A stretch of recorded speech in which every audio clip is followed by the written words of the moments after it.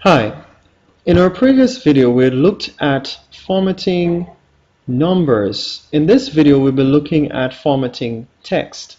Now we have our headings item, unit cost, quantity, total cost, and we're going to highlight first of all of our headings here, and we're going to go to the styles section and we're going to go to the cell styles option.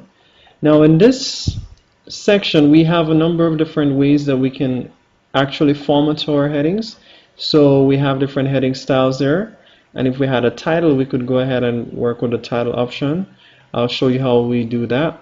We're going to use heading 2 here.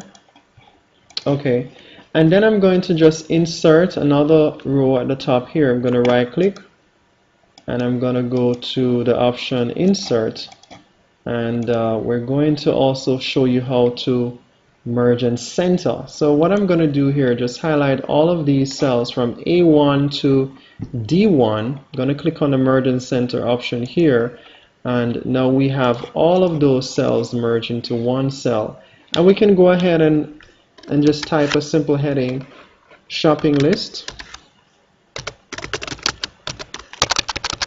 Okay, my spelling there. Okay, so shopping list, we have that there as our heading or title, and we're just going to format that by going back to cell styles. I'm going to change that to title. Okay, so we have that, and we have now our title and our headings.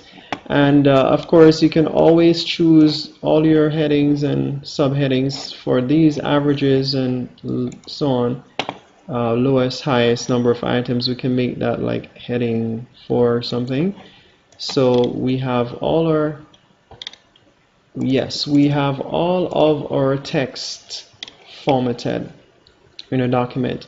So that's it for formatting your text. That's your title and headings and subheadings. Hope that this was very helpful for you. Please remember to subscribe, to like this video if it helped you, and make a comment.